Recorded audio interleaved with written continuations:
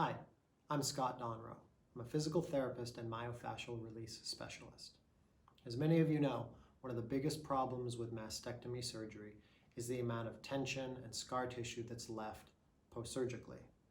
The front of the body gets very tight and bound down, becomes awfully painful, and can create all sorts of dysfunction in the neck, shoulders, as well as blood flow and lymph flow.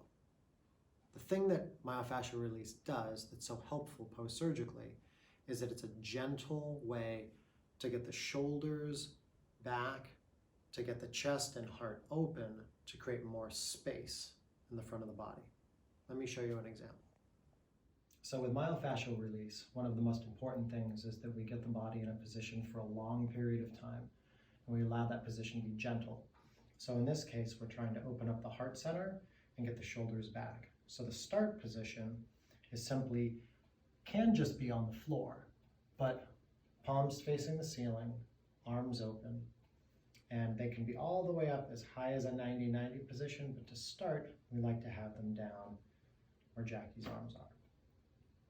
Now, sometimes this is enough to give a nice gentle heart opener, to lie here for 3 to 5 minutes and just relax.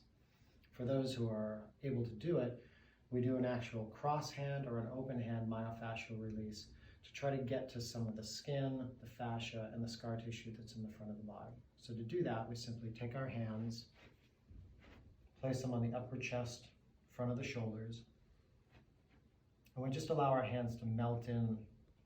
My hands get soft, almost like I'm melting my hands into soft mud. And then once we have that feeling of connection, very subtly press the hands apart from one another so that they're moving out side to side. And then we literally just wait. Wait for the scar tissue to melt, wait for the heart to open.